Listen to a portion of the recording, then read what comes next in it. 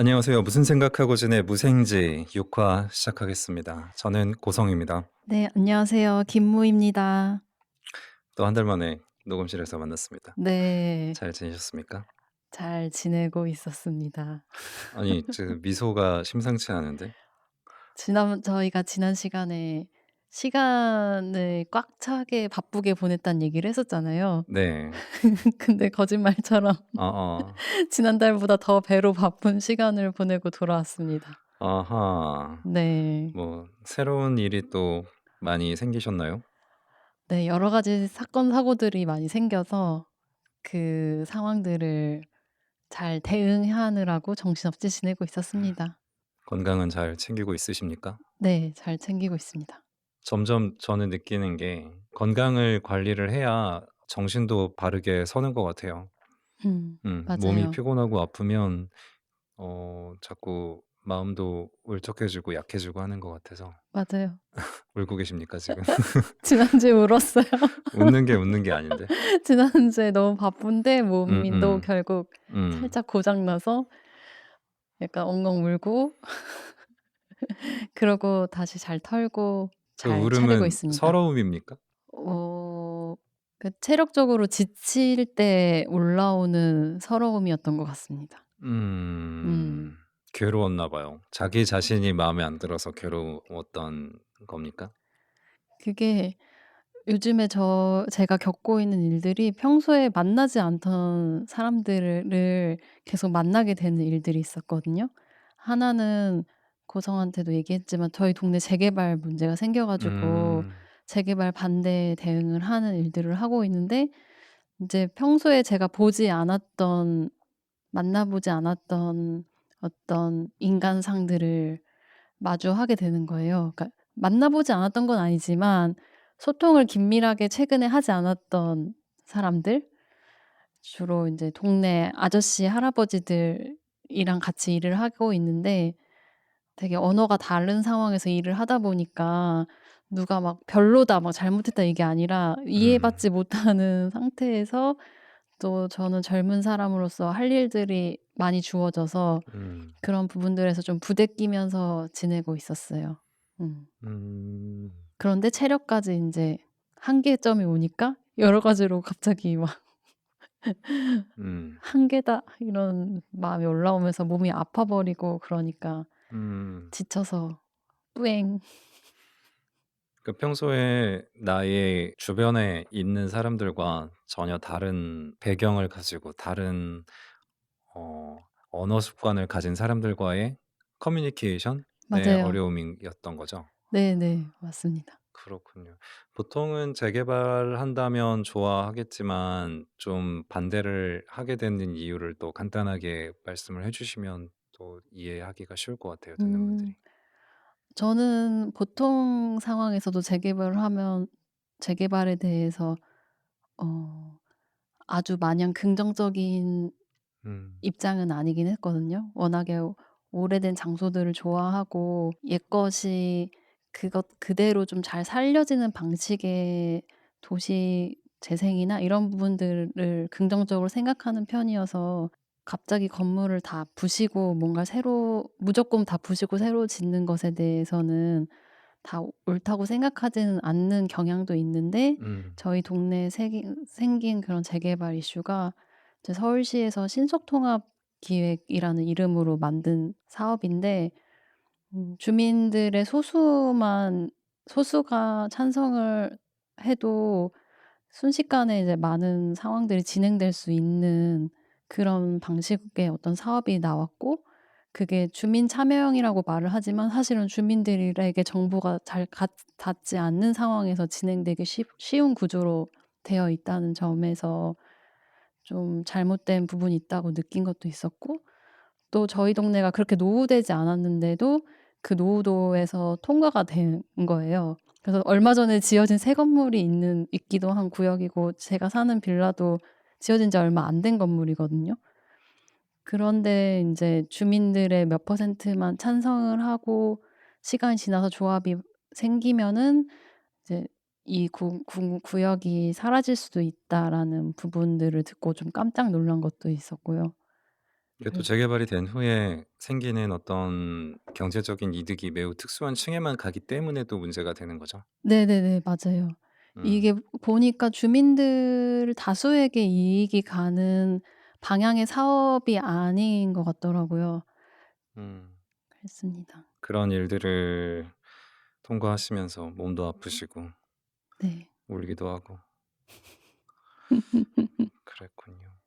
고성은 어떻게 저는 보내셨나요? 좀 최근 일주일은 조금은 여유가 생겨서 밀린 잠도 자고 어 마음도 쪼끔 편안하게 있었어요. 음. 예. 가족들이랑 맛있는 것도 먹고 조카들이랑도 시간 보내고 그러면서 또 뭘 좀 샀어요. 뭘 사셨습니까 이번엔? 제가 키보드를 다룰 일이 점점 많아지고 있는데 음. 한 번은 이제 일을 할 때는 또 신경이 날카로워질 때들도 있는데 그렇게 예민한 상태에서는 평소에는 아무렇지도 않았지만 거슬리는 거가 생기잖아요. 저 같은 경우는 또 키보드가 너무 불편하게 느껴지는 거예요. 어. 그래서 새로운 키보드를 샀어요. 그것도 인터넷으로 엄청 공부를 하고 "요즘에 음. 뭐가 좋다. 그리고 음. 그중에서 어 가장 가성비가 좋은 게 어. 뭐다."라고 해 가지고 샀는데 근데 좋은 건 알겠는데 그게 써 보니까 저랑 또 너무 안 맞는 거예요. 그쵸. 이게 모두가 좋다고 나한테 좋은 건 또 아니니까. 처음으로 기계식 키보드라는 거를 써 봤는데 이게 뭐 소리는 귀여운데 이 키가 눌릴 때 들어가는 깊이감이 너무 깊은 거예요. 아. 그리고 키 겉면에 각이 조금은 더 날렵해서 이 네모 코너가 손가락에 이렇게 걸리는 기분이 너무 불편해 가지고 어떤 일을 하는 데에 있어서 도구가 자꾸 방해를 주는 것 같은 느낌이 들면 음. 이 효율이 안 좋아지니까 맞아요. 이것에 스트레스도 쌓이는 거예요 또 한편으로는. 음. 그래서 다시 여러 검색의 날들을 보내다가 요즘에 이제 기계식 키보드인데 로우 프로파일이라고 하면서 어. 그러니까 눌리는 깊이가 굉장히 낮은 어. 그러면서 이렇게 누를 때 약간 서걱서걱하는 느낌의 너무 어 쉽고 단순하게 눌리지 않고 약간 촉촉한 느낌으로 눌리게 촉촉한 느낌이요. 예예예. 오. 칙촉 같은 키보드인가? 칙촉을 누를 때의 느낌 같이 탁탁탁탁 하는 키보드가 왔어요. 음. 근데 생각해 보면 예전에 그냥 제가 쓰던 그냥 누구나 아무렇게나 쓰는 키보드의 몇 배나 되는 가격을 지불한 거거든요. 음. 이거 너무 사치 아닌가 싶기도 한데 아 얼만지 물어봐도 되나요?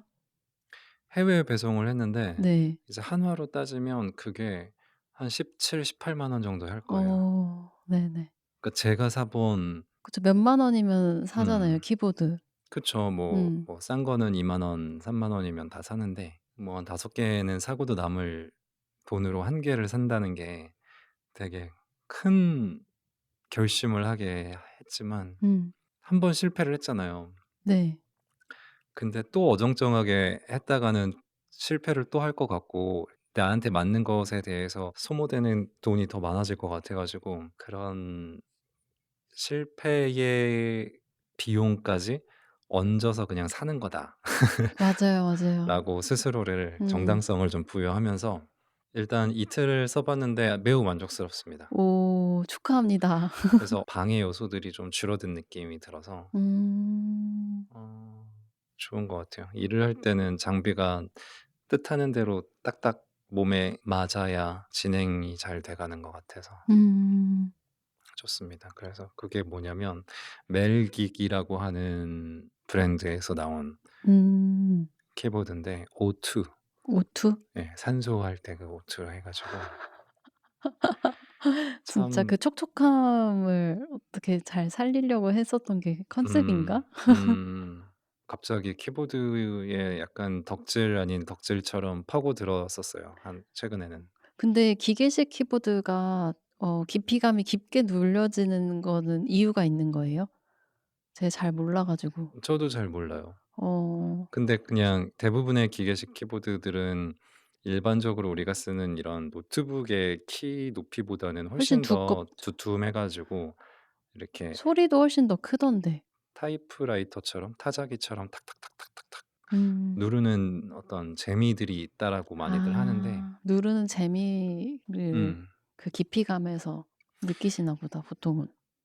그게 되게 다양하더라고요. 이 음. 안에 들어있는 어떤 스프링을 축이라고 부르는데 그 축의 종류들도 되게 다양하고 그게 몇 그램의 힘으로 눌려지는지 또 되게 세분화돼 있고 이게 음. 이렇게 한번 이렇게 클릭하면서 눌리는지 아니면 그런 클릭하는 거 없이 한 번에 쑥 늘려지는지 종류들도 있고 음. 그래서 사람들마다 선호하는 방식들이 다 다를 텐데 그것을 커스터마이징 할 수 있어서 사람들이 기계식 키보드를 써요. 아. 기계식 키보드가 있으면 여러 종류의 자기가 맞는 느낌을 낼 수 있는 부품들을 갈아 끼우면서 교체해서 커스터마이징을 할 수 있다가 장점인데 그래도 큰 카테고리로 나누면 일반 기계식이 있고 또 로우 파일 기계식이 있는 것 같은데 음.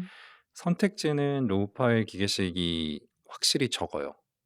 음. 모델도 별로 없고 그 안에서 내가 변형시킬 수 있는 부품의 종류들도 굉장히 적어요. 제한돼 있고 음. 그렇지만 저한테는 그쪽이 더 맞는 것 같아요. 음. 오. 예. 흥미롭습니다. 그래서 되게 예쁘게 생겼거든요. 사진 보여주세요. 지금 보여줄까요? 저도 왠지 근데 로우 파일이 저한테 더 맞을 것 같아요. 일반적으로 노트북 키보드를 쓰는 음. 데에 불편함을 한 번도 안 느껴본 음. 사람이라면 로우 프로파일이 더 맞을 거예요. 약간 그 기계식 키보드 깊이감이 너무 두터운 거를 눌렀을 때 힘들었던 기억이 나요. 오 엄청 이쁘게 생겼네요 진짜. 어떻게 생겼냐면요. 얼핏 바로 봤을 때는 약간 게임기 같은 느낌도 살짝 있어요. 음.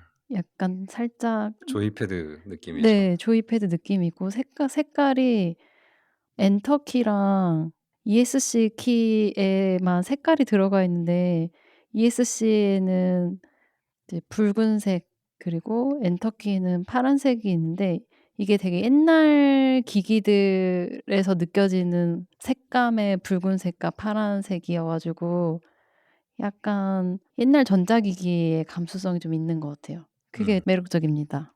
음. 약간 그 전자음악 할 때 그런 컨트롤러처럼 생기기도 했어요 느낌이. 음음음.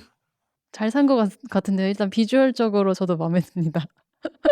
비주얼 아티스트여서 나름 또 이쁘면 일단 마음에 드는 거예요. 네. 그래서 만족스럽게 쓰고 있습니다. 음. 음. 소개 감사합니다. 네.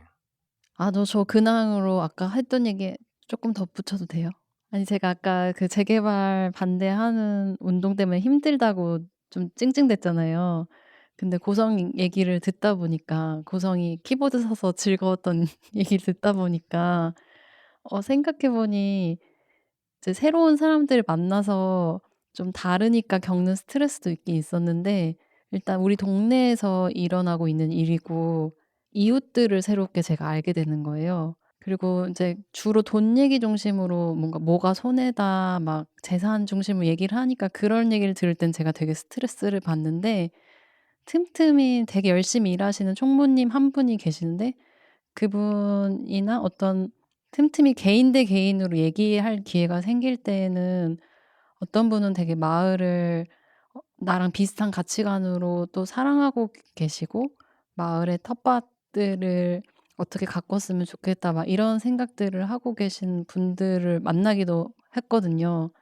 그래서 좀 그런 이웃을 알게 되고 만나는 순간들에는 좀 그동안 알지 못했던 기쁨이나 혹은 요즘에는 없는 이웃 간의 정 같은 것들을 좀 떠올렸던 시간인 였던 것 같아요.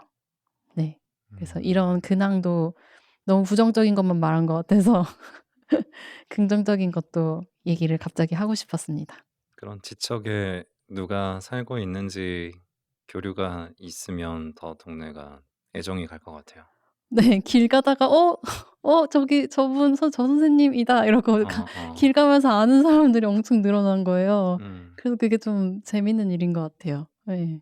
왜 층간소음이 있어도 인사 한번 하고 나면 그게 그렇게 스트레스로 안 느껴진다라는 말도 있듯이 음. 그렇게 동네에 가까운 데에 사람들과 이렇게 친분이 있으면 동네가 더 아름답게 느껴질 것 같습니다. 네. 그런 마음으로 좀 잘 저도 긍정적으로 잘 진행했으면 좋겠고 또 마을에도 사람들이 모두 좋은 방향으로 뭔가 진행됐으면 좋겠습니다. 음.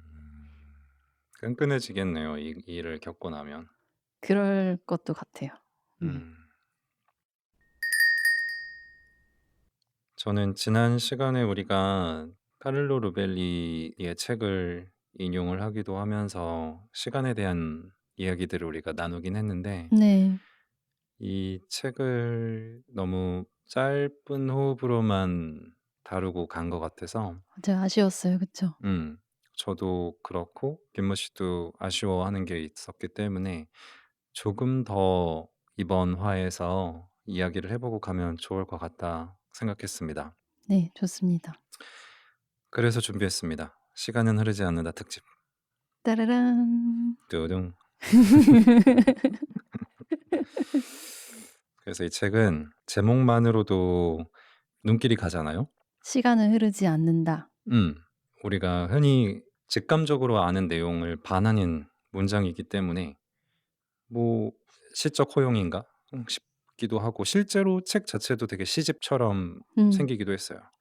예쁘게 생겼어요. 네. 보라색 양장 커버에 금빛으로 이렇게 술을 놓듯이 디자인이 돼 있고 글씨도 이렇게 금빛으로 쓰여 있는데 서점에서 매대에서 정말 도드라지는 디자인이어 가지고 처음에 집어들었었거든요. 음. 아주 아름다운 작은 책인데 카를로 로벨리는 이탈리아 태생의 세계적인 이론 물리학자, 양자 이론과 중력 이론을 결합한 루프 양자 중력이라는 개념으로 블랙홀을 새롭게 규명한 우주론의 대가, 제2의 스티븐 호킹이란 평가를 받는다라고 합니다. 그래서 이 책은 먼저 구조를 알고 접근을 하면 좋을 것 같아요. 음. 크게 3부로 구성이 되어 있는데요. 이 3부를 통틀어서 이제 이야기하는 부분은 우리가 직관적으로 시간이라고 생각하면 떠올릴 수 있는 것들에 대해서도 이야기해 주고 또 그것이 과학적으로 얼마만큼 정밀하게 증명될 수 있는지 혹은 증명될 수 없는지 이런 부분들도 이야기하고 또 현재 양자 물리학 측면에서 또 시간을 한번 다뤄보고요.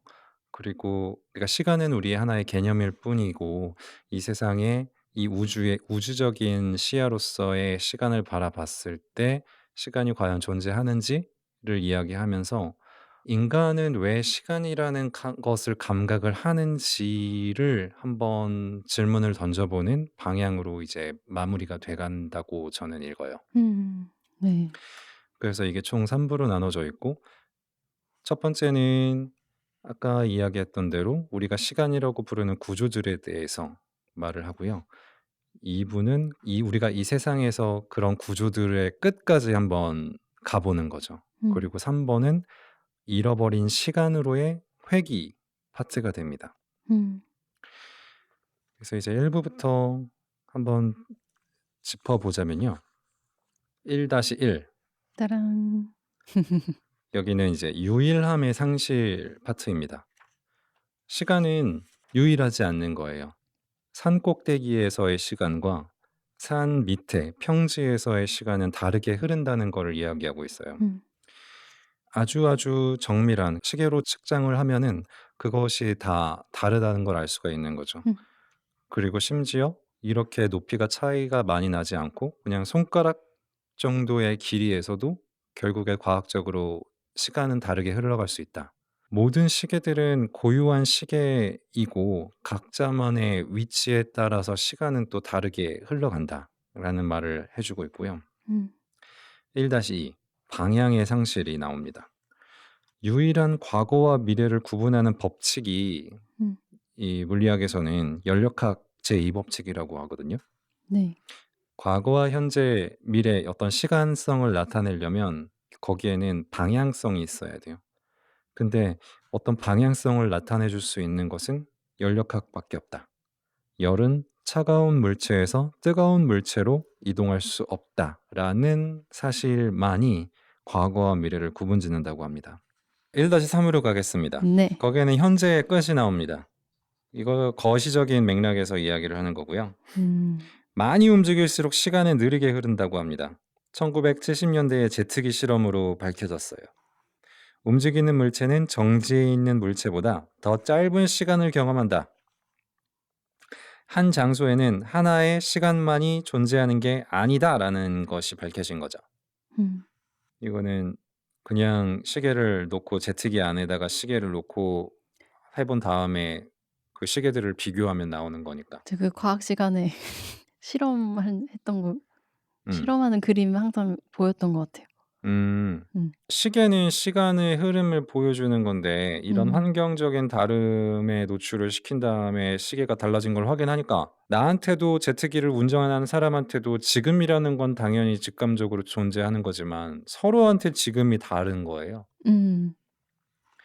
현재라고 하는 것들은 우리와 가까이 있는 거품일 뿐이다. 음. 이 현재라는 개념은 우주 전체에 적용되지 않는다. 음. 우주는 과거와 현재와 미래에 대한 구분이 하나의 보편적인 기준으로 이루어져 있지 음. 않다라고 58쪽에 나오게 됩니다. 그렇다면 현재가 아무 의미가 없다면 우주에는 무엇이 존재할까라는 질문을 던져줍니다. 음. 그러니까 존재라는 것은 현재에 있다는 거잖아요. 네. 근데 현재가 아무 의미가 없는데 우주에는 뭐가 존재하는가? 그래서 이제 1-4로 갑니다. 독립성의 상실 66페이지예요. 네. 두둥. 19세기에는 기차 일반화, 이전 도시들은 각기의 정오를 가지고 있었다. 정오가 뭡니까? 해가 머리 위에 있을 때죠. 네. 한낮에 해가 제일 밝을 시간을 정오라고 하지요. 도시들이 다 다른 거예요. 음. 기차 시간이 다 달라지는 거 되는 음. 거죠. 근데 이러면 또 여러 혼란이 오지 않습니까? 그쵸. 음. 아리스토텔레스 기원전 384년부터 322년 뭐라 그러셨냐면 시간은 사물의 변화에 맞춰 우리 상공을 규정하는 방식이다. 날짜 변화, 계산에 맞춰 우리 자신을 위치시키는 방식이다. 시간은 변화의 척도다. 라고 자연학, 피지크에서 고요 속에는 아무런 신체적 경험이 없지만 우리 마음속에서 어떤 변화가 생긴다면 우리는 즉시 시간이 흘렀다고 가정한다 라고 했다고 합니다. 음. 그래서 정리를 하면 시간은 움직임의 흔적이다 라고 할 수 있는 거죠. 흔적. 음. 음. 네, 이제 시간이 흐릅니다. 뉴턴이 등장하죠. 뭐라 그러냐? 변화와 상관없이 진짜 시간은 있다. 음. 아리스토텔레스와 이제 대척적인 이야기를 하는 거예요. 음. 현대 물리학의 수립, 균일한 흐름의 시간의 존재를 가정합니다. 참된 수학적 절대 시간이 있다. 두둥. 아리스토텔레스 vs 뉴턴. 빠방. 공간 개념으로서의 대척점 78쪽에 나옵니다. 네. 아리스토텔레스는 뭐라 그러냐면 공간은 음. 사물의 정렬 상태다. 음. 빈 공간은 존재하지 않는다. 근데 뉴턴은 이렇게 얘기하죠. 사물은 공간에 위치해 있기에 사물을 치워도 빈 상태로 존재한다. 음. 재밌죠? 네. 이때 아인슈타인이 등판합니다. 아리스토텔레스와 뉴턴을 통합합니다. 1915년 뉴턴의 캔버스, 세계의 모든 물질을 담은 캔버스가 있고 거기에 더하기 시공간은 장, 이제 필드라고 표현을 음. 하는데요. 장 중에 하나일 뿐이다. 음. 휜 시공간, 이라는 말을 쓰는데요. 여기서 시공간은 중력장을 얘기합니다. 네.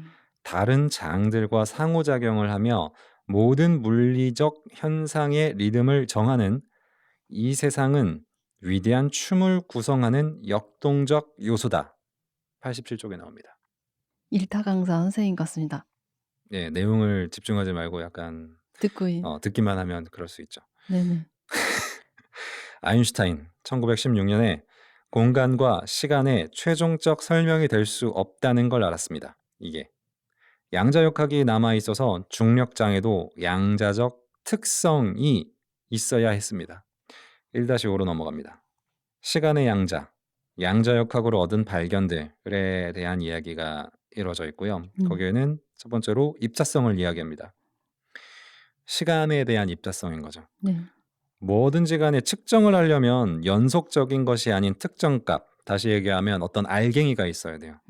연속되지 않은 알갱이가 있어야 그것을 우리가 측정할 수 있는 거예요. 그래서 시간을 측정을 하기 위한 알갱이의 최소한의 길이를 잡았을 때를 10의 마이너스 44승초를 이야기하는데 이거를 플랑크 시간이라고 부릅니다. 시간에도 양자 중첩이 일어나게 되는데 불확정성이 있죠. 확률적으로 드러나지 예측할 수 없는 성질인 거예요. 94페이지에 있습니다. 시공간도 다양한 형태로 중첩이 될 수 있다. 한 사건이 다른 사건의 전과 후 모두에서 발생할 수 있다. 양자역학에 관심이 전혀 없으셨던 분들은 지금 갑자기 멘붕이 오셨을 것 같긴 한데 계속 가보겠습니다. 관계들. 무엇인가와 상호작용을 할 때까지 결정된 값을 가지지 않는다. 상호작용을 하지 않는 우주의 다른 것에 대해서는 미결정 상태로 남는다. 그러니까 양자역학은 그 누구도 쉽게 이야기할 수 있는 부분은 아닌데 네. 이 지금 이야기한 것을 이해하기 위해서 아주 후려쳐서 이야기를 하면 무언가를 측정하기 위해서는 그 대상이 알갱이 상태여야 하고 그 알갱이 상태는 너무 작고 미세해서 우리가 뭔가를 바라보거나 어떤 것을 판단하기 위해서 어떤 가해지는 아주 작은 단위의 어떤 영향을 받는 거예요. 그래서 어떤 측정이라고 말하는 행위로서 주는 영향이 그것에 영향을 줘서 변화가 일어날 수 있기 때문에 네. 그러면 우리는 그런 측정을 하기 전의 상태는 측정을 한 뒤의 상태와 다를 수도 있다는 지점을 생각해 봐야 되는 거죠. 그렇기 때문에 불확정성이라는 이야기를 하는 것이고 관계에 대한 이야기를 하는 것인 거죠. 그리고 아까 좀 전에 얘기한 미결정 상태라는 언어가 나오게 되는 겁니다. 그래서 지금까지 우리가 시간이라고 부르는 구조들을 이야기해 봤고요. 2부 들어가겠습니다. 2-1 사물이 아닌 사건으로 이루어진 세상. 세상의 사건들은 변화하고 우연히 벌어진다. 우연한 발생은 무질서하게 확산되고 흩어진다. 가 요점인데요. 여기서는 두 가지를 구분해서 이야기하고 있어요. 이 세상이 사물이다 라는 것이 1번. 2번, 이 세상은 사건이다. 1번에서의 사물은 뭘로 이루어져 있냐면 물질, 실체, 현재에 있는 이 사물이에요. 그것은 변하지 않는 시간 속에서의 안정성을 가지고 있어요. 사물, 다시 얘기하면 물질, 실체, 현재에 있는 것들은 변하지 않는 시간 속에서의 안정성을 가지고 있습니다. 다시 얘기하면. 자, 2번. 세상은 사건이다. 여기서의 사건은 우연적인 발생과 과정인데 그 과정은 변화이기도 해요. 우연적인 발생, 과정이면서 변화인 것은 언제 어디서나 존재하는 일시성을 가지고 있어요. 아까 얘기했던 시간 속에서의 안정성과 다르죠. 언제 어디서나 존재하는 일시성은 상대성 이론과 양립할 수 있는 유일한 방법이라고 합니다. 그러면서 사물다운 사물은 곧 장기적인 사건이라고 이야기해요. 106페이지. 저도 좋아하는 대목이었어요. 그 대목. 아주 네. 중요한 대목이죠. 음. 사물은 장기적인 사건이다. 음. 오랫동안 우리는 근본 실체의 관점에서 세상을 파악하려 했다. 오히려 사건들 사이의 관계로 훨씬 더 잘 이해된 듯하다. 거기에 대한 예시가 107페이지에 나옵니다. 넘어가면 우리는 천체 물리학자, 세상을 어떠한지가 아니라 세상에 어떤 일이 벌어지는가로 설명을 합니다. 사물이 어떠한지가 아니라 사건이 어떻게 벌어지는가를 연구하는 겁니다. 세상의 존재가 아니라 그 안에 일어나는 일로 세상을 이해하는 겁니다. 매우 합리적인 방법이죠. 이게 저희들이 하는 어떤 추상적이고 관념적인 작업을 설명하는 방식이라고 또 저는 한편으로는 받아들이고 있어요. 맞아요. 2- 문법의 부적당함 113페이지고요. 보통 우리는 지금 존재하는 사물들을 실제한다고 합니다. 철학자들은 현재만 실제이고 과거와 미래는 실제가 아니며 실제성, 현재에서 그 다음 현재로 연속적으로 진행한다고 보는 생각을 현재주의라고 부릅니다. 음. 20세기 물리학에서 현재주의는 제대로 설명되지 않고 있고요. 객관적이고 범세계적인 현재는 존재하지 않기 때문에 아까 우리가 얘기한 시간의 구조들에서 봤죠. 네네. 우리가 말할 수 있는 최대치는 관찰자와 관점에서의 현재일 뿐입니다. 2-3 관계의 동역학, 장, 아까 필드라고 이야기했던 장들은 소립자와 광자, 중력 양자, 괄호 열고 공간 양자와 같은 입자 형태이고요. 이 입자들은 공간 속에 담겨져 있지 않고 오히려 스스로 공간을 형성합니다.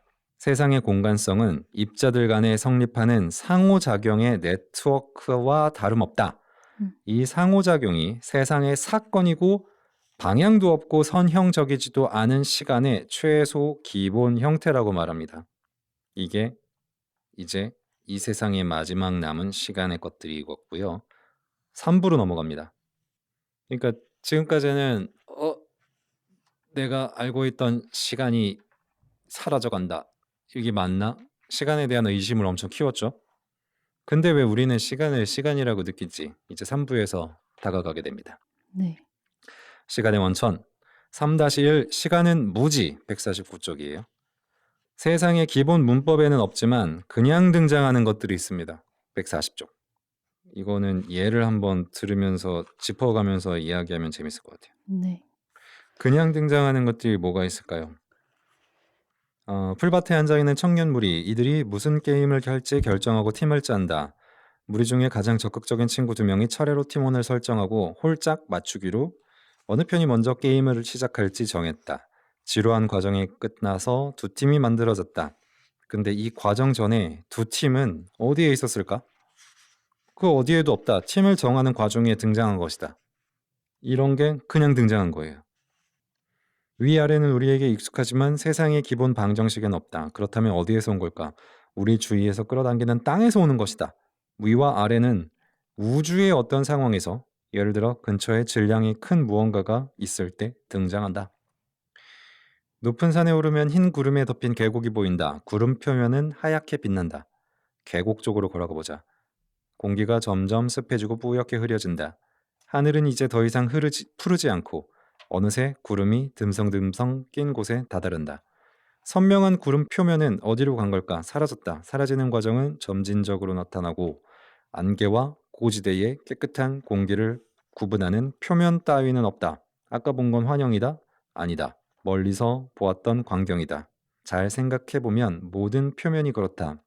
단단한 대리석 탁자는 내가 원자 정도의 작은 크기가 된다면 안개처럼 보일 것이다. 가까이서 보면 세상 사물이 모두 뿌옇게 보일 것이다.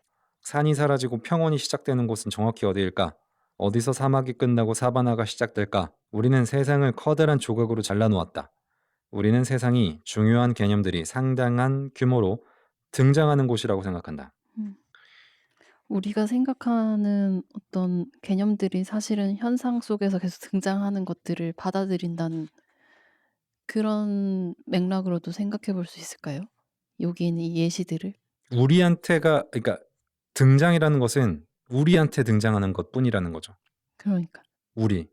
인간들이 인식할 때 등장. 그러니까요. 네네. 세상의 문법에는 등장 같은 건 없는 거예요. 그냥 그냥 있는 건데 있는 우리한테 것들. 등장 근데 우리한테는 등장 어떤 등장이라는 것처럼 네네. 느껴지는 맞아요, 맞아요. 것들이 있는 거죠. 그러면서 우리는 그거를 어떤 부분들은 중요한 개념화를 하게 된다. 이렇게 음. 이해하면 되겠죠. 그러니까 우리가 이해할 수 있는 범위 내로 음. 우리가 먹을 수 있는 내 입에 들어갈 수 있는 사이즈로 세상을 재단하고 모양을 바꿔서 음. 해석하는 것이라고 저는 보고 있어요. 음.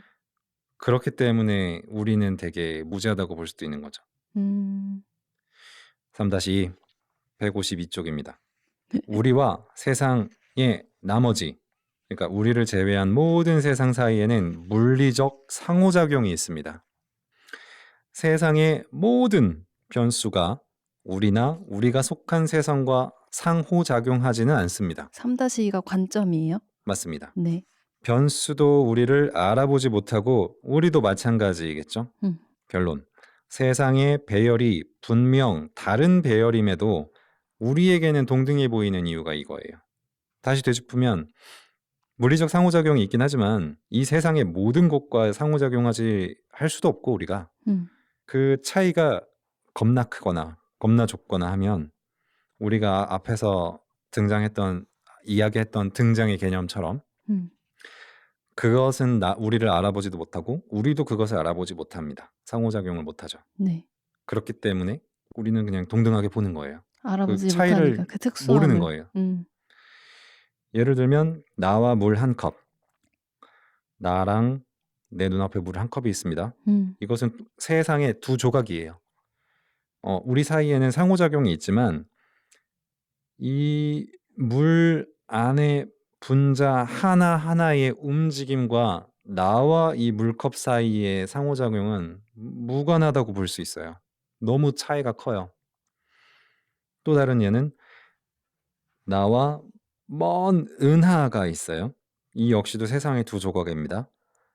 거기에는 물리적 상호작용이 있을 수 있지만 우리는 그곳의 자세한 일들을 알기에는 너무 세상 밖인 거죠.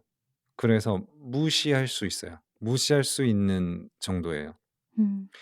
정리하면 세상에 대한 우리의 시각은 희미하다. 이 희미함에서 열과 엔트로피의 개념이 탄생합니다. 시간의 흐름을 규정하는 현상들과 연결됩니다. 161쪽이에요.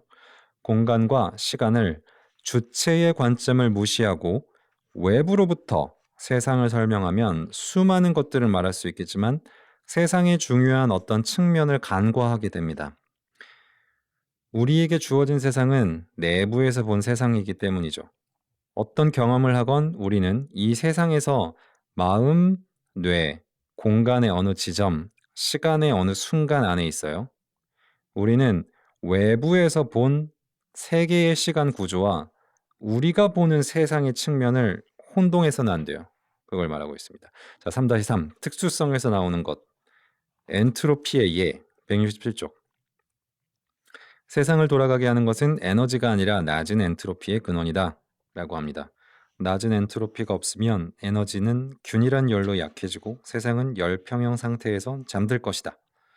과거와 미래의 구분이 사라지고 아무 일도 일어나지 않을 것이다. 3-5로 갑니다. 3-4는 건너뜁니다. 제가 봤을 때는 큰 맥락에서 필요가 없었던 것 같다라고 생각했어요. 3-5 시간의 원천 199페이지. 현재는 세계적이 아니라 지역적이다 라고 말합니다. 세상은 양자적이고 젤리 같은 시공간 역시 근사치다. 세상의 기본 문법에는 공간도 시간도 없고 물리량을 변화시키는 과정만 있을 뿐이며 이로부터 확률과 관계를 산출할 수 있다. 세상은 정적이지 않고 그렇다고 변화가 환상일 뿐인 꽉 막힌 우주도 아니다. 우리의 관점이 있죠. 세상의 작은 일부인 인간의 관점에서 시간의 흐름 속에 있는 세상. 희미함의 양자의 불확정성이 추가된다. 그로 인해 무지가 특별 변수인 열적 시간의 존재와 우리의 불확실성을 양화한 엔트로피의 존재를 결정한다. 그러니까 이런 것들이 우리가 시간이라고 느끼는 거를 발현시켜 준다는 거죠. 세상을 현재들의 연속이라 생각하면 안 된다. 철학자들은 흐름과 변화가 환상이며 현재와 과거, 미래가 모두 똑같은 실제이고 똑같이 존재하는 것이다라고 보는 생각을 영원주의라고 한다. 시공간 전체가 변화 없이 온전히 그대로 존재, 아무것도 흐르지 않는다. 117페이지입니다. 아인슈타인이 한 말을 영원주의자들이 되게 인용을 하는데 물리학을 믿는 우리 같은 사람들은 과거와 현재, 미래의 구분은 집요하게 계속되는 착시일 뿐이라는 것을 안다.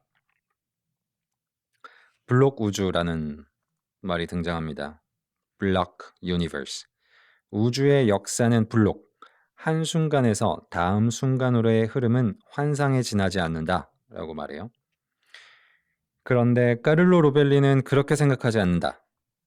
과거와 현재, 미래의 구분은 허상이 아니다. 일시적 시간 구조와 현재주의 시간 구조는 다르다라고 말을 하고 있어요. 사건들의 시간적 관계는 세계의 질서를 만드는 것은 아니지만 허상도 아니다. 우리 모두가 한 줄로 놓여져 있지 않다고 해서 우리 사이에 그 어떤 관계도 없는 게 아니다. 결론적으로 변화와 사건은 허상이 아니며 하나의 세계적인 질서에 따르지도 않는다. 그러면 무엇이 실제이고 무엇이 존재인가? 라고 질문들을 할 텐데 이렇게 얘기해요. 질문 자체가 잘못됐다. 애매한 뜻, 더 많은 뜻이 있을 수 있기 때문에 예를 들면 의미로 존재하는 것들에 대한 예로 문학작품의 주인공을 이야기해요. 우리 문학작품 속에 있는 주인공은 의미로서 존재하고 있죠. 또 체스 게임의 규칙 같은 것은 결정된 방식으로도 존재합니다. 이게 무슨 예라고요? 애매한 뜻, 더 많은 뜻이 있는 거기 때문에. 그래서 무엇가 존재하고 실제 하는가는 동사와 형용사를 어떻게 사용하면 좋은가를 묻는 것일 뿐 문법에 대한 질문일 뿐 자연에 대한 질문이 아니다. 라고 말을 하고 있습니다. 앞서 말한 아인슈타인의 인용구는 사실 형제를 잃은 친구 누이에게 보내는 위로 편지였고요. 그 구절은 물리적인 본질보다 더 깊은 것을 말하고 있다. 라고 합니다. 아인슈타인은 한 달 뒤 죽었다고 합니다. 이 말을 남기고. 그 말이 뭐였죠? 그 몇 페이지죠, 거기가? 117페이지. 117페이지? 네. 물리학을 믿는 우리 같은 사람들은 과거와 현재, 미래의 구분은 집요하게 계속되는 착시일 뿐이다. 그래서 아마도 우리는 열적 시간이 한 방향으로 엔트로피가 낮아지는 특별한 부분 계에 속하는 것 같다. 라고 카를로 로베리는 말하고 있고요. 엔트로피의 증가는 우리의 과거와 미래를 구분하고 우주의 전개를 이끈다. 과거에 대한 흔적과 잔존물 그리고 기억이 존재하도록 한다. 우리는 각자가 하나의 통합된 존재다. 우리의 각자가 세상을 반영하고 있죠. 또 타자와 상호작용하며 세상에 관한 하나의 통합된 실체의 이미지를 구축하고 있죠. 기억으로 통합된 세계에 대한 하나의 관점을 가지고 있죠. 그렇기 때문에 여기에서 우리가 시간의 흐름이라 부르는 것이 탄생합니다. 내가 말을 하면서도 내가 말하는 투가 웃겨서 웃었어요. 되게 강의하는 말투가 되게 달라가지고 적응하고 있습니다. 네. 근데 저는 제가 혼자 공부할 때도 이해가 이런 안 말투를. 되는 거를 이렇게 얘기를 하면서 들으면서 머릿속에 집어넣기도 해요. 그 어떤 느낌인지는 알 것 같아요. 혼자 공부할 때 하는 그 느낌은 알 것 같아요. 여기에서 우리가 시간의 흐름이라 부르는 것이 탄생하고요. 우리가 경험한 시간에 대해서는 엔트로피의 성장에 의존하여 시간의 흐름에 정착한 우리 인간이 인간으로서 특별한 관점에서 기술한 세상에 대한 근사치의 근사치다라고 이야기하면서 마무리가 됩니다. 고생하셨습니다. 이 어려운 책을 후루루루루 설명하시느라고 음. 잘 들었습니다. 저는 네. 이것을 읽으면서 정말 막 음. '미쳤다, 미쳤다.'라고 하면서 공감되는 부분들을 음. 메모를 해 놨던 것들이고요. 네네. 물론 제가 카를로 로벨리가 수십 년에 걸쳐서 연구하며 집대성한 이것을 이야기하면서 뭐 100%를 커버할 수 있다는 건 너무나 위험한 일이긴 하지만 그래도 맥락 정도는 함께 짚어가면서 책을 더 재밌게 읽어볼 수 있지 음. 않을까라는 생각에 한번 준비를 해 봤습니다. 네. 고생하셨습니다. 준비해 주시느라고. 이 옛날에 정리했었던 글들을 다시 꺼내 본 거잖아요. 네. 또 다시 보니까 어때요? 여전히 너무 반갑고 기뻤나요? 이 과학 책을 관추렸을 시절을 떠올렸을 때? 근데 이것도 그냥 제가 따라가는 흐름에 맞춰서 한 거여서 음 또 다른 사람이 읽을 때는 또 다른 맥락으로 정리가 될 수도 있겠죠? 그쵸. 각자 자기의 흐름이 있으니까 사람들마다 음. 읽는 속도나 보는 방향들이 있겠죠? 근데 뭐 큰 부분들은 어떤 요소들을 잘 찝어 준 것 같아요. 애초에 책이 쓰여지는 구성 방식 그러니까 목차를 보고 음. 그 구조 안에서 이해를 해야 된다라고 생각을 해서 네네. 그렇게 맥락을 잡았고요. 이렇게 쭉 한꺼번에 그 중간중간에 포인트들을 짚어서 보니까 진짜 잘 쓴 책이라는 생각을 한 번 더 하게 되긴 했어요. 얼마나 고민했겠어요. 그러니까 이 설명이 시간을 과학자들이 이해해야 해 나간 이 변천사들 안에서 지금 시점에서의 시간 개념은 어떻게 우리가 이해할 수 있는지 설득하는 설득이자 사실 현상이니까 설득할 필요가 없기도 하면서도 이해시켜 주기 위해서 이 문장들을 남길 때 앞선 개념들이 헷갈리니까 계속 반복적으로 뒤에서도 다시 설명될 수 있는 구조로 설명을 전개했다라는 느낌이 들었어요. 계속 제가 물어봤던 연력학 법칙이나 엔트로피에 관한 것도 사실 시간을 이 사람이 인지하는 어떤 중요한 요소에서 빼먹을 수는 없는 요소잖아요, 이 과학의 언어에서. 근데 들을 때마다 좀 헷갈리고 어려운 부분도 있었었거든요, 예전에는. 그리고 지금도 제가 뭐 정확히 설명한다고 하면 부담스러워요, 여기에 있는 모든 어떤 이론이나 현상이나 개념들을. 그런데 이 책 안에서 이 책을 읽는 순간만큼은 이 흐름 안에서 엔트로피 법칙이나 뭐 연력학 법칙에서의 시간을 왜 그 부분 요소로 사람이 시간을 구분하게 됐는지 그런 것들이 납득이 되더라고요. 그런 것들이 좀 저한테 되게 좋은 공부가 되는 책이었었던 것 같아요. 카를로 로벨리의 신작을 최근에 읽고 있는데 그 신작이 제목이 무엇도 홀로 존재하지 않는다예요. 어 같은 출판사입니까? 같은 출판사입니다. 제목 참 잘 뽑는 것 같아. 샘 앤 파커스. 그러게.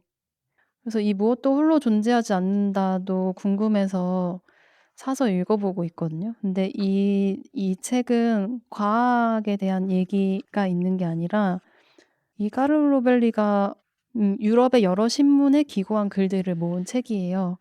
그래서 이 책을 읽으면은 이 학자가 방금 저희가 얘기했던 시간에 대한 관점을 탐구한 사람으로서 또 이 눈으로 세상을 어떻게 바라보고 세상의 연결을 이야기하는지를 좀 읽어 볼 수 있는 그런 내용들이 나와 있어요.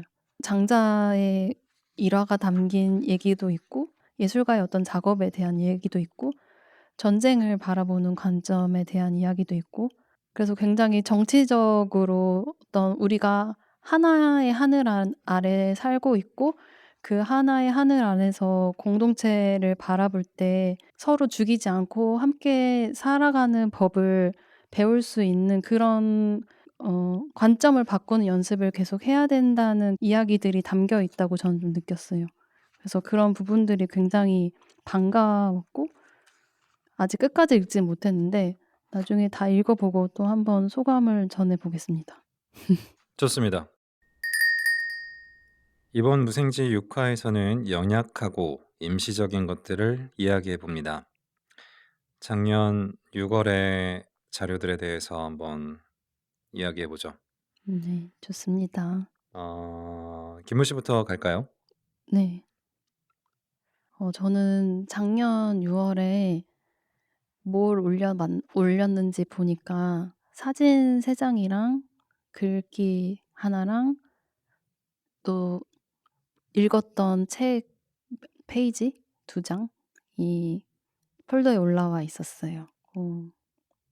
사진은 어떤 장면인지 좀 읽어 드리자면 길에서 찍은 사진들이고 길에서 주웠던 엄지손톱만한 노란 나뭇잎을 손바닥 위에 올려놓고 찍은 사진이 있었고요. 그리고 또 하나는 더 조그마한 새끼손톱만한 작은 꽃잎? 하얀 꽃잎을 손바닥 위에 올려놓고 찍은 사진. 그리고 또 나머지 한 장은 제가 하얀 강낭콩 위에 그림을 그리고 거기에 줄기를 붙여서 만든 어떤 작품을 또 소금 위에 올려서 손바닥 위에 올려놓고 찍은 사진들이었습니다. 이 사진의 공통점을 생각해 보면은 모두 저보다 이렇게 작고 여리고 그런 좀 연약하게 느껴지는 식물들이라고 저는 생각을 했었고요. 그리고 제가 평소에도 길에서 식물을 볼 때도 이렇게 작은 식물들을 보는 걸 되게 좋아하고 또 뭔가 여리여리한 어떤 것들을 바라볼 때 좀 마음이 차분해지거나 위안을 받고는 해요. 그래서 좀 누군가한테 제가 위로나 감사의 마음을 전하고 싶을 때 나머지 마지막에 올렸던 사진에는 씨앗의 그림을 그렸다고 했잖아요. 그 작은 씨앗에 그림을 그려서 누군가한테 선물을 하곤 하거든요. 그런 '작고 약한 것이 줄 수 있는 위로나 마음이 있지 않을까?' 그렇게 좀 종종 생각해 봤던 것 같아요.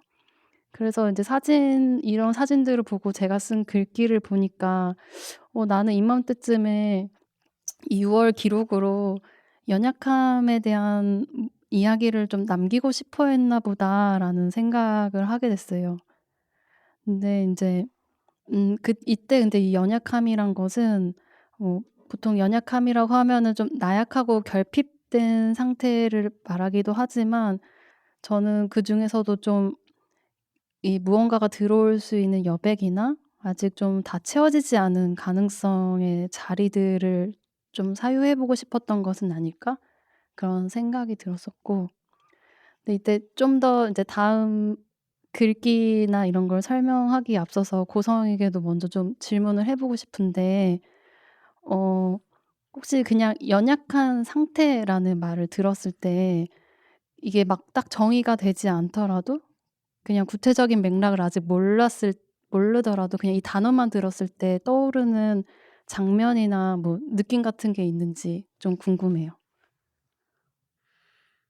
연약한 속내, 음. 속살, 상처받기 쉬운 취약함, 무언가 진심을 드러내더라도 그것이 공격받거나 환대받지 않을 수 있는 듯한 느낌? 음. 창작자로서는 미완성된 작품을 누군가에게 공유할 때의 마음? 맞아요. 그때 진짜 연약한 마음이죠. 나는 모든 것을 내려놓고 진심으로 투명하게 만들어 놓은 것이 때로는 전혀 공유되지 않고 공감받지 않을 수도 있고 음. 하니까 그때 느껴지는 감정이 저는 연약함이었던 것 같고요. 음. 그쵸. 무언가가 단단히 준비되거나 음 이성적으로 단단하고 매끄럽게 정리가 된 상태라면 연약함은 어울리지 않는 것 같아요. 이미 좀 완결한 상태. 이 작업을 떠나서 모든 음. 측면에 있어서. 음. 이제 뭔가 아직 덜 채워져 있고 중간 단계이거나 이런. 아니요. '나는 다 했다.'라고 그 순간에는 생각할 수도 있어요. '나는 음. 완결됐다.'라고 생각할 수도 있지만 연약할 수도 있어요. 음. 어떤 탄탄한 집안을 딛고 있지 않을 때는 '내가 완성했다.'라고 생각하는 것들도 연약할 수 있다고 봐요. 음. 크게 봤을 때는 어쨌든 불안정할, 아직은 내가 판단하는 거와 별개로 아직은 완성되지 않은 그런 그러네요. 상태라고. 불안감이 확실히 있겠네요 그때는. 불안정한. 불안정함. 네. 음. 음. 맞아요. 저도 연약한 순간들을 떠올리면은 그런 시간들 많이 떠오르는 것 같아요. 작업할 때에도 아직 덜 익은 상태에서 내가 뭘 꺼냈을 때의 그 상처 생기고 나서 아물고 있는데 아직 속살일 때, 닿으면 살짝 아플 때 그런 상태도 떠오르기도 하네요. 음. 이어서 뭔가 제가 6월 월에 생각했던 연약함에 대해서 조금 더 이야기를 해 보자면은, 그 지난달에 써둔 메모들을 이렇게 들여다 보았는데 그때 6월 월에 언어라고 제목을 써 놓고 막 누굴 만났고 뭘 들었고 막 이런 얘기들이 적혀 있었어요. 한 친구가 자크 데리다라는 프랑스 철학자의 비밀의 취향을 읽고 있었던 이야기를 해 줬었는데 그게 인상적이었었나 봐요. 근데 다시 읽어 보니까 지금도 인상적이더라고요. 그래서 그때 들었던 이야기를 말씀드리면, 데리다는 그 누구에게도 차별하지 않는 완전한 환대나 완전한 용서를 해야 한다고 말한다고 해요. 그리고 그때 이 완전한 환대나 완전한 용서라는 것은 사실 모두가 정말로 실천할 수는 없는 불가능한 것이지만, 우리 삶이 죽음이라는 불완전한 앞에 늘 처해 있기 때문에 죽음 앞에서 이것은 언제든 다가올 수 있는 도래할 미래가 될 수 있는 가능성이 있고, 그래서 당장은 불가능해 할지어도 이 도래할 미래라는 것을 믿고 그 방향으로 향해 나갈 의지를 갖고 실천해 나가는 것이 중요하다는 식으로 이야기를 한다고 들었어요. 사실 아마 데리다라는 철학자의 뭐 환대라든지 용서, 뭐 도래할 미래라는 이런 단어들은 큰 맥락 안에서 깊이 알아야 되는 부분이긴 하겠지만, 그래서 제가 그 철학을 이해했다기보다는 그냥 친구가 한 얘기를 듣고 제가 이어서 쓴 메모가, 여기서 '죽음 앞이라는 순간이 만약에 인간이 가장 연약해지는 순간이 아닐까?'라고 생각을 해 봤을 때, 이 언제든 사라질 수 있는 존재 상태에서 우리의 몸이 사라질 그 미래에 비어 있는 자리 또한 '연약함의 속성이 아닐까?' 이런 생각을 해 보게 됐어요. 죽기 직전이라는 연약한 상태가 도래했을 때에는 내가 그전에는 할 수 없었던 완전한 환대나 완전한 용서를 그 자리에서는 할 수 있게 되는 것이 아닌가라고 생각을 해 봤던 것 같아요. 그러니까 죽기 직전엔 연약하다라고 말씀을 하시고 연약할 때는 완전한 환대와 완전한 용서가 가능하다. 이 맥락입니까? 네. 간추리면은. 그렇군요. 네. 그러니까 꼭 죽기 직전이 이퀄 연약한 상태라고 항상 해석해야 되는 건 아니지만, 음. 그냥 그 글귀에서 왜 도래할 미래? 죽기 전이라는 도래할 미래가 '완전한 환대와 완전한 용서를 가능하게 할까?'라고 질문을 했을 때 저는 죽음 직전 또한 인간에게 가장 연약한 상태일 것 같고, 이 상태일 때 어 이 상태도 그 선택을 하게 만드는 데 '어떤 영향이 있지 않을까?'라고 생각을 문득 해 보게 됐던 것 같아요. 얘기를 조금 해도 될까요? 아 네. 제가 최근에 음. 되게 유명한 미국 드라마를 보고 있는데요. 네네. 나온 지가 오래돼서 아마 보신 분도 많을 텐데 브레이킹 배드라고 해요. 아 그 마약 만드는 맞아요. 드라마죠? 네네. 폐암 선고를 받고 네네. 살 날이 얼마 남지 않은 화학 선생님이 고등학교 화학 선생님이 네. 이제 남겨질 가족들을 위해서 '돈을 벌기 위해서. 벌어야겠다.' 그러면서 이제 평소라면 상상하지도 못할 일을 하는 거죠. 그러니까 음. 너무나 반듯한 분이셨는데 마약을 만들기 시작합니다. 음. 어쨌든 그 사람이 독백처럼 이야기하는 게 뭐냐면 "나는 언제나 불안감에 시달렸고 되게 연약하고 취약한 존재로서 삶을 살아왔다."라고 독백을 하면서 음. 근데 내가 죽을 날이 얼마 남지 않았다는 걸 알고 나니까 모든 게 선명해지고 평소에 갖지 못할 용기를 내면서 되게 담대해지고 되게 용맹해져요. 음. 모든 선택들에 대해서 모든 행동들에 대해서 생각들에 대해서 저는 그것에 동의하거든요. 네네. '연약과는 전혀 반대가 되지 않을까.'라는 생각을 해요. 맞아요. 제가 그 쓴 글에도 그 두 가지가 사실 다 적혀 있긴 해서 이후에 한번 또 그 얘기 해 보면 좋을 것 같아요. 마약에 대한 얘기도 그래서 그 육어의 노트에 적혀 있거든요. 네. 그 브레이킹 배드 시즌 1을 제 까지만 봤었어요. 되게 옛날에 엄청 네. 저도 재밌게 봤었고 그 연약한 상태라는 것이 갖고 있는 가능성이 되게 극단적인 양극으로 다 갈 수 있는 상태가 아닐까라고 저는 좀 생각해 보는 부분도 있고 근데 제가 이 연약함을 일단 이런 긍정적인 방향으로 좀 읽고 싶은 부분들은 어쩌면 그냥 제 개인적인 경험에 대한 어 개인적인 경험 저에 대한 고민을 하다가 나오게 된 생각들인 것 같은데 저는 인제 어릴 적부터 항상 키도 작고 엄청 아까 오늘 오프닝 때도 울었다고 했는데 어릴 때부터도 엄청 잘 울고 그런 약간 남들이 생각했을 때 엄마가 맨날 "너 그렇게 여려서 어떻게 어떻게 사회생활 하겠니?" 이런 얘기도 맨날 하고 늘 그 울면 지는 거고 약해 빠져서 글러먹었다는 얘기를 항상 들으면서 자랐었던 아이였어요. 얼마나 울었으면 주변에서 이렇게 비난을 어 보통 우는 애들한테 그런 말 안 할 텐데. 집안이 좀 엄격해서 그랬던 것도 있을 것 같고 어. 여러 가지 요인들이 있었겠죠. 네.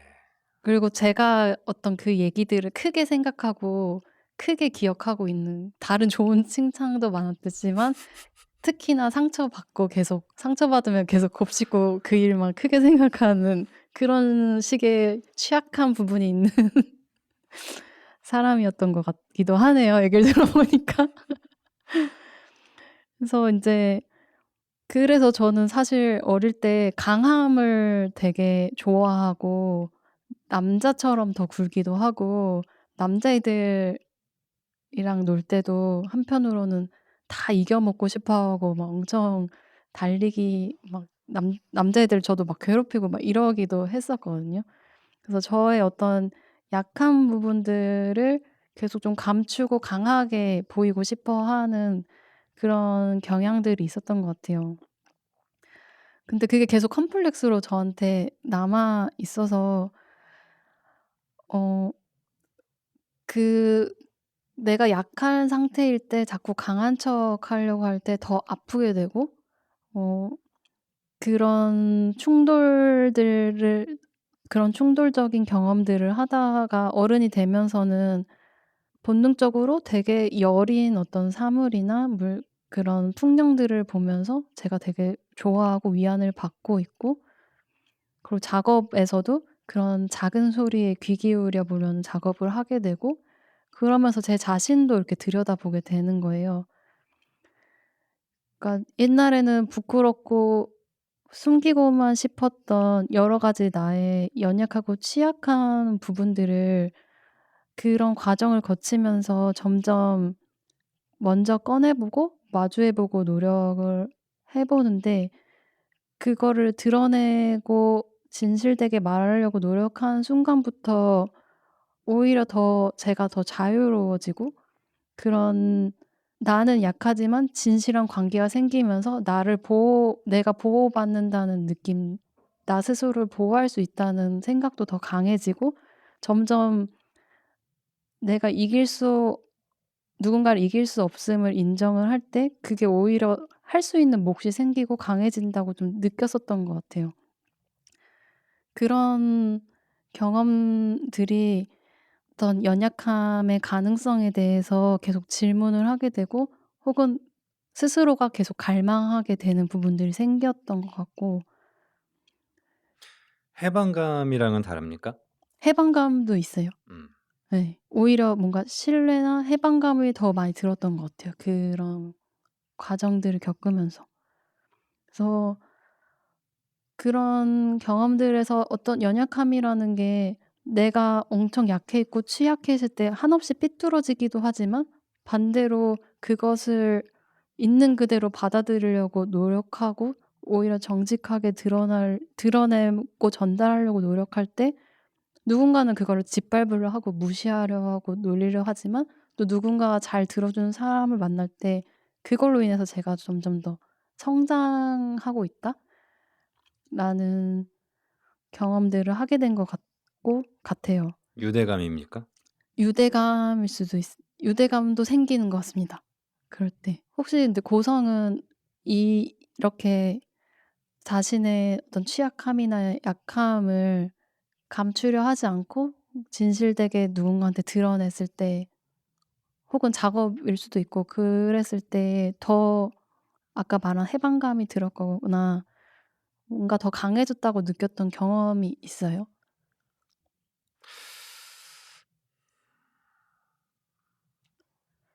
컴플렉스 말이 목소리가 뒤집어진 것 같은데. 컴플렉스. 뭔가 지금 생각이 안 나지만 음. 한번 공감을 해 보자라는 측면에서 떠올리려고 하면 뭐가 떠오르냐면, 만약에 컴플렉스가 나한테 크게 있다라면 음. 그것을 떳떳하게 공개함으로써 느껴지는 어떤 해방감 같은 느낌일까 과연? 지금 음. 말씀하시는 게 음. 싶었었거든요. 음. 그것도 맞는 정답이 있는 질문은 아니고 그냥 고성에게 떠오르는 경험이 있는지 물어봤던 거긴 한데 저는 그것이 어떤 하나의 커다란 사건으로 있었던 적은 없던 것 같고요. 음. 그리고 제가 느끼는 것에 대해서, 아 제가 남성이지만 음. 그렇게 마초스러움을 추구하지 않는 쪽이라서 음. 마초스러움으로 저를 포장하려고 하지 않는 남성인 것 같아요, 저는. 음. 근데 만약에 제가 마초스러움으로 저를 포장하려고 하는 사람이라면 뭔가 되게 크게 공감하는 일들이 있었을 것 같은데. 오히려 예. 일상이 그거를 감추려고 했었으니까. 예. 음. 그렇지 않아서 뭔가 지금 딱히 떠오르는 건 없는 것 같고, 음. 해방감이라는 측면에서 좀 더 생각을 해 보니, 네. 제가 머리를 빡빡 밀었지 않겠습니까? 네. 오르 그 고성이 원래 머리숱이 있는 머리칼이 있었는데 오늘 빡빡 밀고 나타났어요. 한 5-6 년을 빡빡이로 살다가 한 2년 좀 넘게 머리를 다시 길렀다가 네. 다시 빡빡이가 됐는데, 네. 이거는 제가 나도 이제 머리가 숱이 좀 줄어가고 스타일링을 한다든가 여기에 신경을 쓰는 게 하나의 낭비로 느껴지면서 음. '여기로부터 음. 탈피해야겠다.'라는 맥락에서 빡빡이로 돌아왔거든요, 다시. 아. 그럼으로써 느껴지는 어떤 개운한 해방감? 음. 눈에는 더 띌지언정 음. 나는 덜 신경 쓰게 되는 상태인 음. 것 같은데요. 음.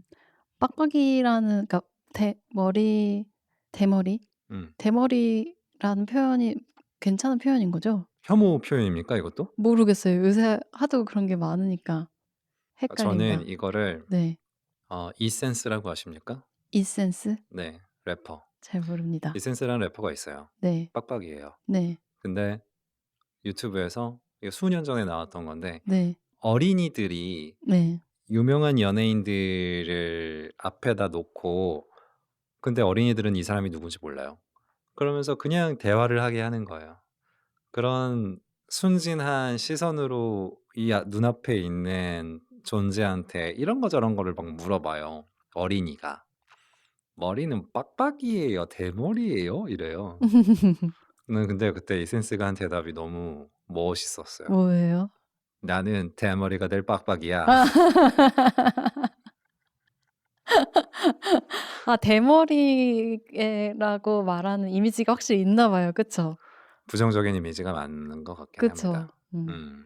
그랬을 때 뭔가 머리를 미는 행위라는 게 빡빡 미는 음. 행위라는 게 어떤 부분에 약간의 리스크가 있는 리스크? 리스크라는 표현은 안 맞나?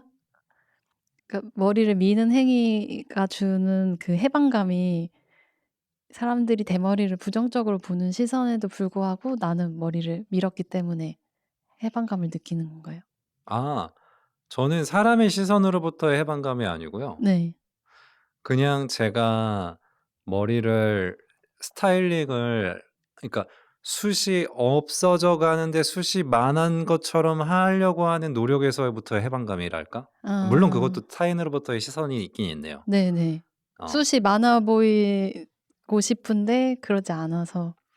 당연히 뭐 제품도 써야 되고 환경적인 것에도 막 바람이 막 심하게 불면 막 신경이 쓰일 수 있잖아요. 음. 근데 빡빡 밀면 신경 안 쓰이잖아요. 음. 음. 그런 거? 음. 음. 살갗이 진짜 그리고 노출이 되기도 하고 머리카락에 보호되고 있던 살깔이. 도시에서 의미가 있나요? 지금 어딘가에서 이렇게 숲을 항상 헤치면서 공격을 당하는 삶을 살고 있지 않는데. 아 그래도 어쨌든 뭐 여러 가지 자연 환경 공해도 있고 그런 부분에서 시원하게 뭔가 보이게 된 부분이 있네요. 근데 애초에 했던 질문과 이게 지금 맥락이 맞습니까? 어 뭐 정답이 있는 건 아니니까 맥락이 어느 정도 맞다고 생각해요. 음. 음. 어떤 시선에 대한 의식으로부터 드러냄으로써 그냥 해방감을 느끼는 거니까. 음. 저는 그 에반게리온에서도 보면은 에반게리온 혹시 보셨어요? 극장판만 봤어요. 저도 극장판으로 봤었는데 에반게리온에서 주인공들이 사춘기 소년 소녀들이 주인공으로 나와서 어떤 세상의 미래 시점의 어떤 세상에 오는 괴물들을 계속 물리치는 그런 역할을 맡는 스토리가 그 애니메이션에 있거든요. 근데 그때도 '왜 사춘기 소년 소녀가 를 주인공으로 했을까?'라고 생각했을 때 그 만화에서 이 사춘기 소년 소녀의 주인공들이 되게 성장기에 있는 어떤 되게 취약한 상태에 있으면서 겪는 정서적인 여러 가지 혼란과 혹은 용기와 막 이런 갖가지 모습들을 보여주거든요.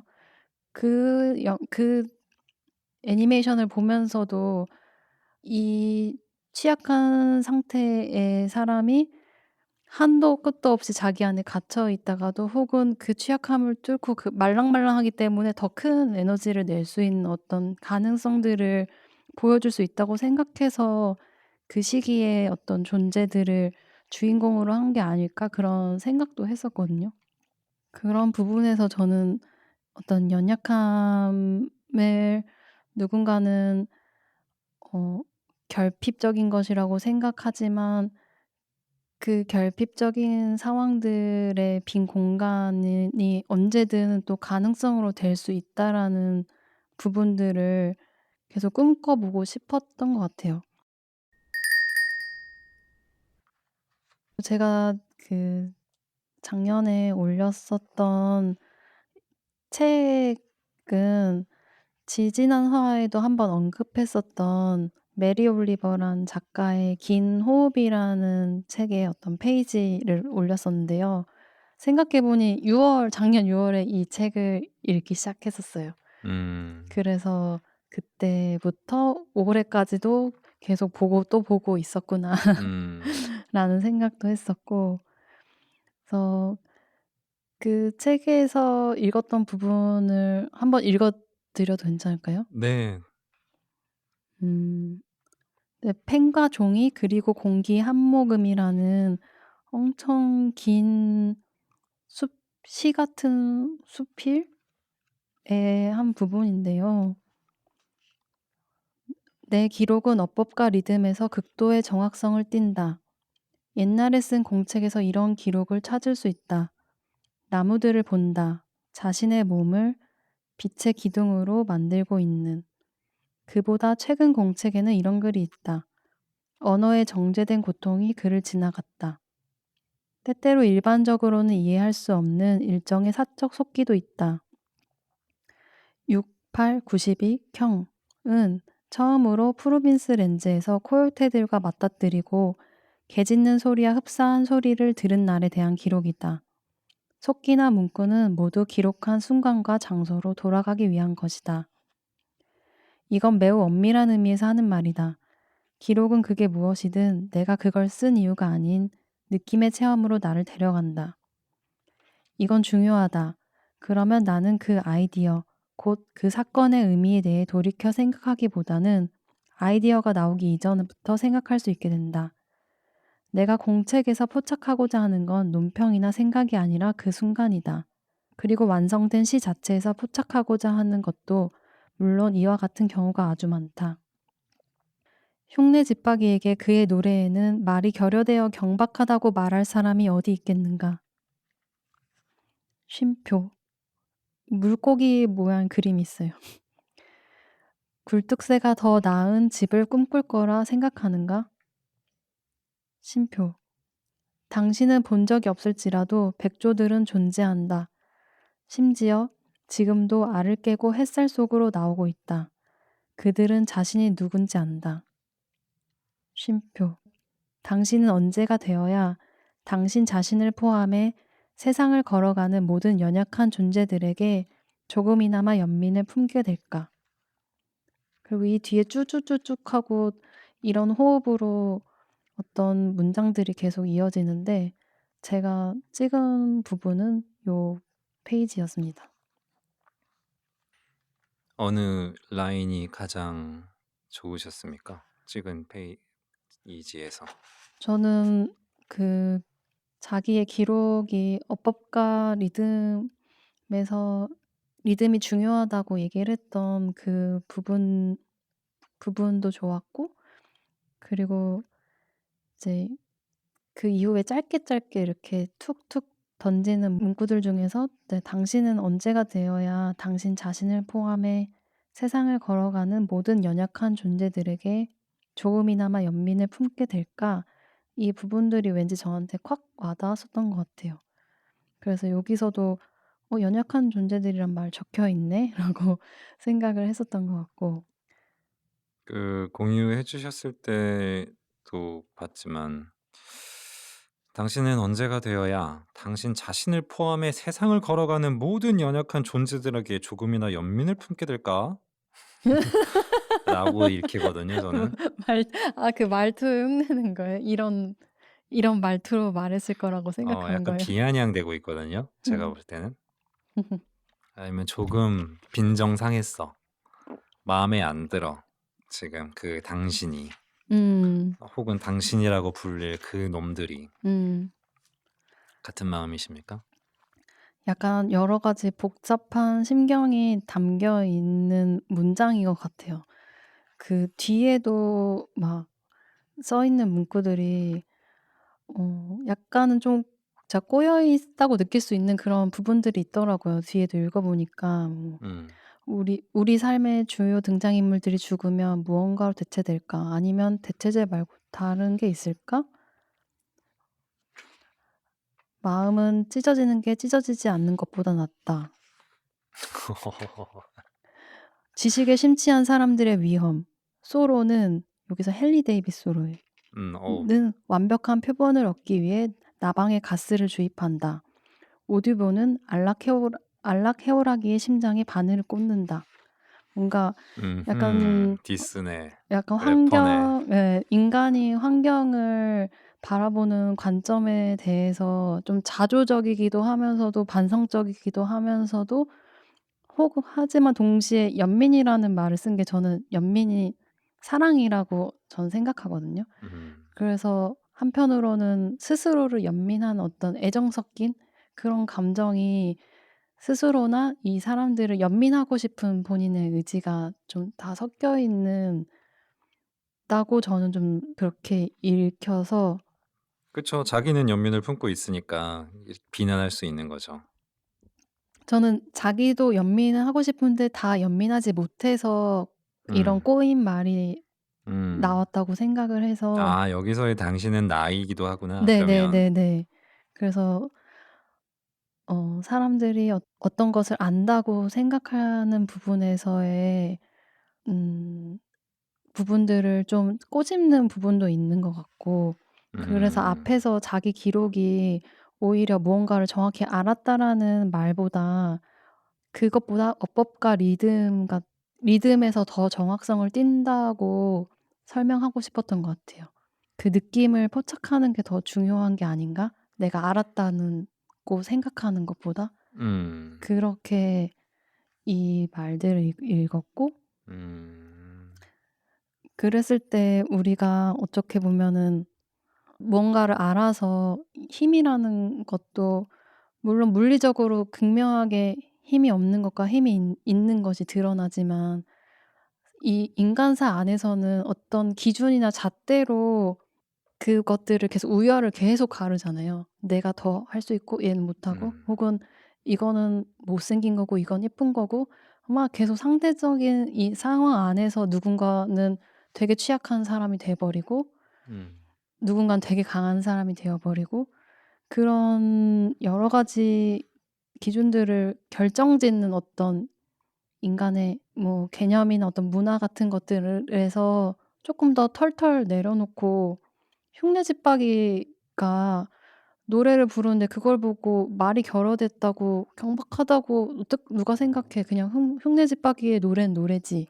음. 이렇게 말을 하고 "우리는 그냥 다 같이 연약한 존재한테 더 연민해야 돼."라고 말하고 싶었던 게 아닌가 그런 생각을 해 봅니다. 음. 고성은 어떠세요? 저는 여기에서 이야기한 연약한 존재는 우리가 흔히 표현하는 연약이라는 말이 적용되지는 않는 것 같아요. 음. 그러니까 누구나 다 음 모순적이고 흠이 있고 상대적으로 약할 수밖에 없는 거기 때문에 "네가 연약한 걸 좀 깨달아라. 그리고 모든 이들에게 너를 포함한 모든 이들에게 연민을 품고 살아라." 이 말인 것 같습니다. 음. 겸손해져라. 음. 어. 그 부분도 맞는 것 같아요. 음. 음. 겸손해지라는 말이 분명히 들어있는 것 같아요. 그런 '우리는 동등한 어떤 존재들이다.'라고 생각하는 것 같아요. 번역을 엄청 고민하셨겠다. 그러니까 원문이 좀 궁금해요. 음. 원문이 좀 궁금하고 저는 이 부분이 근데 지금 생각했을 때 좀 시간 흐르지 않는데 앞서 읽었던 것도 좀 떠오르기도 해요. 뭐 특정 말인가요? 아니면 그냥 생각인가요? 이게 막 논리적으로 엄청 딱 맞는 설명이 아닐 수도 있는데 그냥 이 구절이 떠올랐는데 그 볼츠만의 네 열 요동에 대해서 카드 묶음으로 설명하는 대목에서 어떤 구성이 다른 구성에 비해 좀 더 특별하다는 개념은 카드들의 어떤 측면만 봤을 때 의미가 있다. 모든 카드를 다 구별하면 구성은 전부 동등해진다. 어느 것이 더 특별하다거나 어느 것은 덜 특별하지 않다. 특수성의 개념은 세상을 대략적으로 희미하게 바라볼 때만 만들어진다. 이 구절이 그냥 문득 떠올랐어요. 저는 연관이 없는 것 같습니다. 근데 연관이 없다고 하면은 할 수 있는 상관관계이긴 해요. 이 그러니까 부분에 맞아요. 그 설명이 주는 단어의 뉘앙스들은 연관이 있을 수 있는데 그 설명을 하는 맥락과 이 메리 올리버의 맥락과는 완전 좀 먼 다르죠. 것 같아요. 맞아요. 그냥 완전 별개인데 이 뉘앙스가 떠올랐어요. 그 단어가 주는 거품들을 아 근데 이거는 제가 '이게 이거랑 꼭 연결됐어.'라고 생각해서 한 게 아니라 그냥 직관적으로 뭔가 떠올랐다는 부분이었어요. 동등하다. 좋습니다. 네. 고성에게는 용납되지 않을 일일 거란 같긴 하지만 그냥 읽어 봤습니다. 네. 그렇습니다. 네. 고성은 그렇군요. 네. 제 거 6 월에 얘기하죠. 네 어떠셨나요? 저는요. 작년 6 월에요. 글을 올린 게 있었는데 먼저 읽어 보겠습니다. 꿈을 꿨다. 눈을 뜬 뒤였나? 눈도 뜨기 전이었을까? 꿈을 꿨다. 라고 생각했다. 생각만 했던 건 아닌 것 같다. 꿈을 되짚기 전 꿈을 꿨다. 라는 활자에 대해 떠올렸으니까. 꾸다. 라는 동사가 낯설었다. 꾸다가 주는 꾸다가 붙는 주어는 꿈 말고 또 뭐가 있을까? 일어나 이것저것을 하다 문득 다시 꾸다를 새삼스레 여겼던 아까를 기억했다. 사전에 찾아보니 도로 갚기로 하고 남의 것을 빌려 쓰다 라는 뜻이 추가로 보인다. 어쩌면 꿈도 도로 갚기로 하고 빌려온 게 아닐까. 그리고 내가 만드는 모든 것들도 심지어 내 몸도 마음도 도로 갚기로 하고 빌려온 게 아닐까 생각이 이어진다. 라고 적었습니다. 음. 흥미롭군요. 최근에 유독 눈에 띄는 단어들이 있었어요. 음. 디아스포라족이다라는 이야기. 아 그러니까 이주민에 대한 여러 담론들이 있을 때 네. 그 이주라는 것을 디아스포라라고 말을 하잖아요. 네. 그 내용이 단순히 뭐 삶의 터를 이야기하는 것이 아니라 조금 더 확장시키면 음. '내가 생과 사를 하나의 이주로 볼 수도 있지 않을까.'라는 생각을 했거든요. 음. 내가 영혼으로서 존재를 하는 것이고 음. 지금의 삶이 육체적인 삶이라면 육체를 떠난 삶이 다음의 삶이라면 이것도 하나의 이주가 될 수 있을 것이고 이것에 대한 작업을 이어나가는 게 나는 디아스포라적인 정체성을 확장시켜서 가지 않는 것인가. 음. 그런 맥락에서 지금의 모든 것들이 빌려온 것이고 어딘가에 되돌려 줄 것이고 원래 내 것이 아닌 것 그런 임시적인 상태에 음 '관심을 갖고 있는 거는 아닐까.'라는 되짚음을 해 봤습니다. 음. 오 흥미롭네요. 그 생과 사를 이주의 영역으로 음. 생각하면 요가에서는 요가 동작 다 마치고 나서 마지막에 누워서 눈 감고 자는 시간을 송장 자세라고 하거든요. 음. 그래서 그 자세를 할 때 임사 체험을 한다고도 해요. 그래서 한번 내가 어떻게 죽는지 이해해 보는 하나의 활동이라고 저는 알고 있거든요. 그랬을 때 잠을 자는 순간도 일종의 하루를 마치는 죽음의 순간일 수도 있고 그랬을 때 또 그때에 나타나는 꿈이라는 시간 또한 그 이주 낮에 깨 있고 밤에 잠을 자는 사이에 이주하고 있는 어떤 활동일 수도 있겠나? 그런 생각도 드네요. 꿈의 음. 영역에서 다시 우리가 현실이라고 부르는 영역으로 또 이주를 해 오고 음. 돌아가신다라고 하는 것은 온 곳으로 되돌아간다는 맥락에서 우리가 태어나기 전에 있는 곳을 상정하는 것이기도 한데 음. 우리는 모두 이주를 해온 것이기도 하죠, 그렇게 보면. 음. 그리고 되게 불교적인 관점일 수 있을까요? 이 생사라고 하면은 여러 차례의 생이 있다라는 전제도 있는 거예요, 고성의 생각에? 전생이라는. 이 생각이 불교적인 걸까요? 아니면 불교적인 게 이 생각일까요? 사실 맞아요. 그거는 저 잘 모르는 것 같아요, 지식적으로도. 그러니까요. 네. 저는 이게 불교 안에서 불교라는 테두리 안에만 있지는 않을 것 같거든요. 음음. 종교 안에서 이 전생에 대한 음. 얘기들이 많이 있으니까. 그리고 자칫 이것이 하나의 테두리로 됐을 때 미끄러지는 것들이 많기 때문에 테두리를 짓고 싶지 않기도 하고요. 음. 음. 이 세상에 뭐가 내 걸까요? 다 빌려온 거일 수도 있는 것 같고요. 음.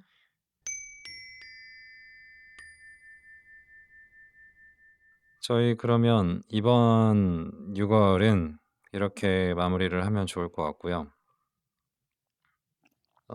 더 하고 싶은 이야기가 혹시 있으십니까? 아니요. 오늘도 수고 많으셨습니다. 깔끔한 마무리. 얘기 재밌었습니다. 네. 좋습니다, 좋습니다. 네. 그러면 7 저희들과 월 7월 거? 7월 거 7 짧게 거 얘기할까요? 짧게 보고 인사할까요? 음. 좋아요. 7 월에 무엇을 올리셨습니까? 7월 폴도 들어가 봤는데 다 책 사진이 올라와 있네. 구성도 그렇고 저도 그렇고. 음. 네. 작년 이맘때쯤에 별의 시간이라는 책을 읽었던 게 올라와 있고. 저는 김무 씨가 저자로 참여하신 책을 읽고 거기에서 인상적인 부분들을 어 적어서 사진 찍어서 올렸는데 이거는 다음 음. 달에 이 부분을 또 그 뒷이야기들을 또 해 주시면 되게 좋을 것 같아요. 네. 좋습니다. 음. 네. 김무 씨는 무슨 책이었었죠, 이게? 클라리스 리스펙토르라는 음. 작가가 쓴 음. 별의 시간이라는 소설이고요. 5월 메모에 써져 있었던 데리다에 대한 이야기를 해 줬던 친구가 추천해 줘서 봤던 책이었어요. 그 책의 글귀와 뭔가 또 혼자 이런저런 생각했던 거를 적은 메모가 보이고요. 그리고 음악 하나가 또 올라와 있는 것 같습니다. 무슨 음악인진 다음 화 때 한번 풀어 보겠습니다. 음.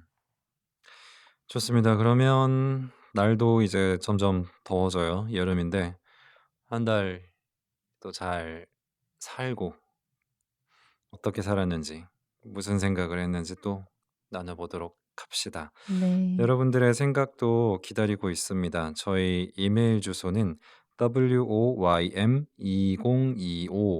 woym2025@gmail.com 입니다.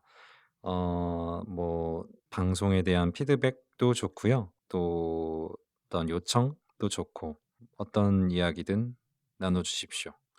이야기를 통해 나를 배워갑니다. 사적인 대화로 공동의 본질을 찾아갑니다. 무슨 생각하고 지내? 6화였습니다. 감사합니다. 들어 주셔서 감사합니다. 안녕.